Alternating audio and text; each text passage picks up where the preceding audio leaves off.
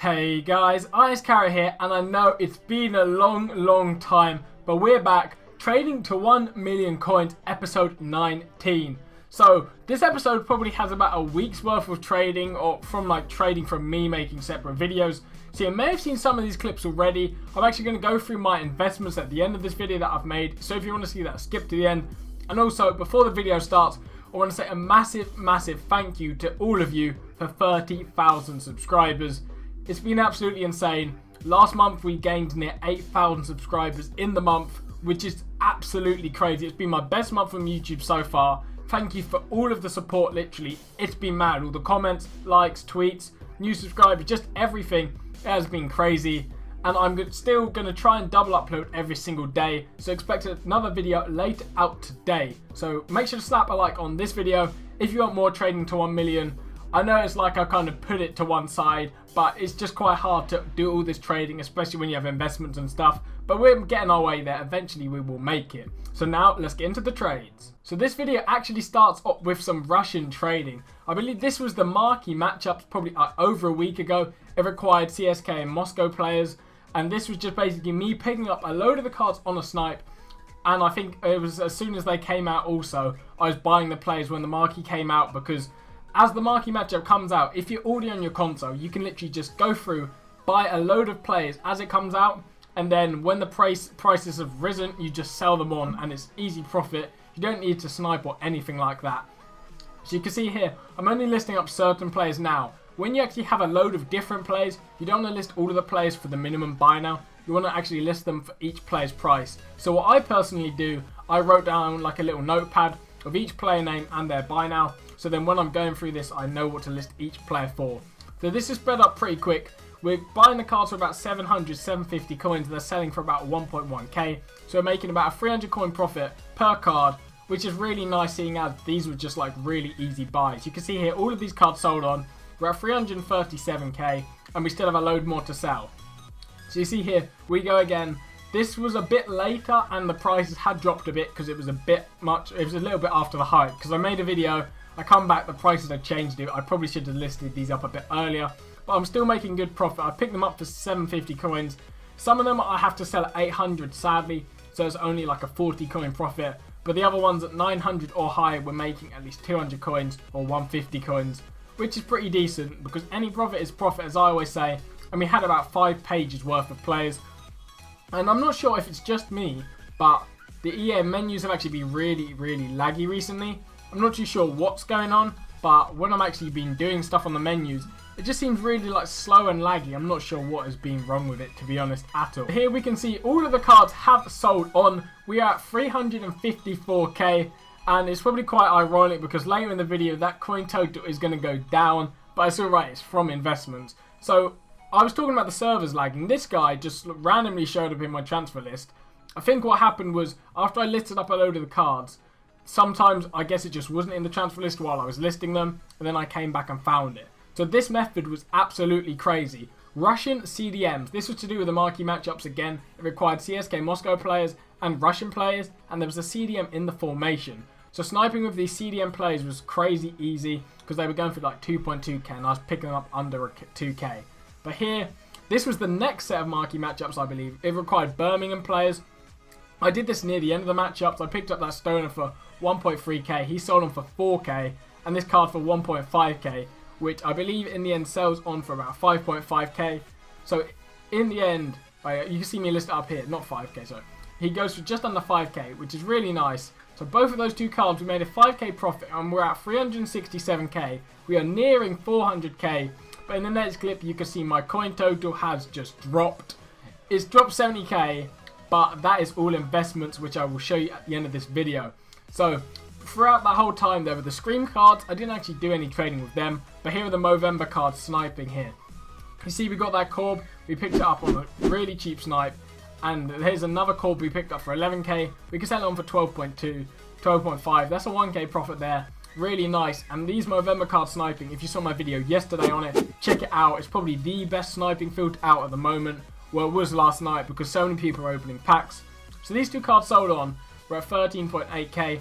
And sorry for the quality, it might be a bit lower on these clips. This was recorded off the PS4 capture, because as usual, the Elgato crashed.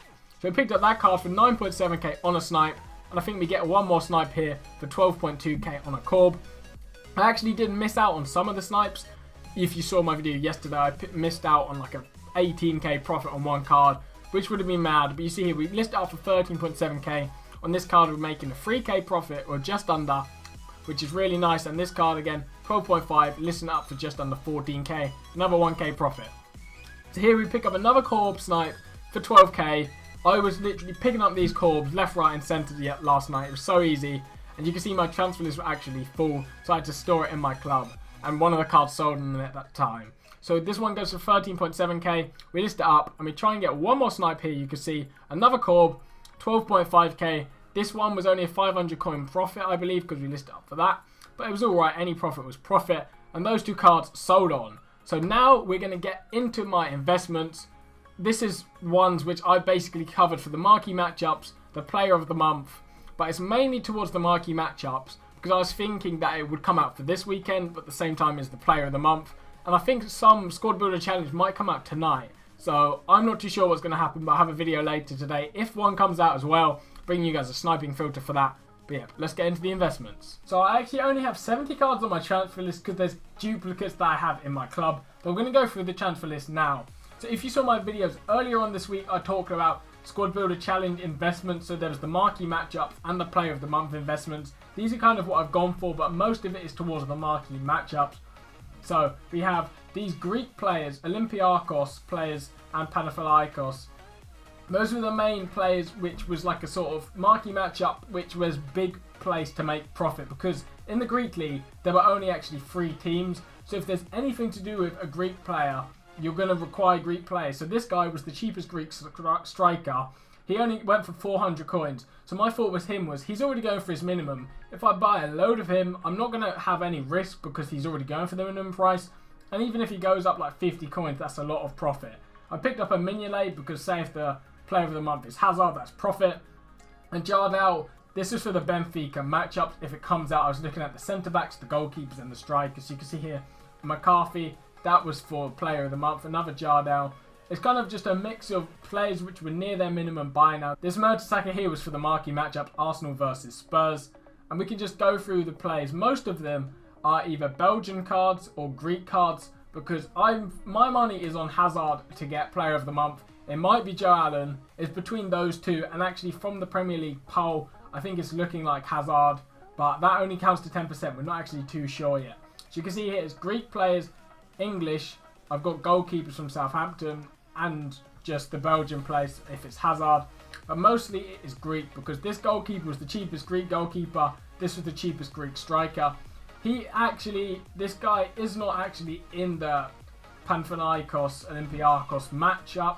But say it will require Greek players somehow if it has to do with that. And this guy would be used. And Capino was the cheapest Greek keeper, and he plays for one of the teams used in the matchup if it comes out. So you can see here, another Arsenal player for the matchup. We have a Porto striker here. And then those English players would just say a player of the month or a matchup requires English players. These were basically the cheapest ones I could get. They were going for their minimum already. That's why I actually picked these cards up. Because since they were going for their minimum, there's no risk there and it's easy profit if they go up a bit. They may not go up, but if they don't go up, I can just sell them back on and I'm not making any loss really, to be honest. You can see some other investments in the club. Mertesacker, Jardel, we had a Vermaelen in there, Deporte, Casale, and then here are some other cards. These are just the ones where I didn't have a duplicate of, they're just in my club.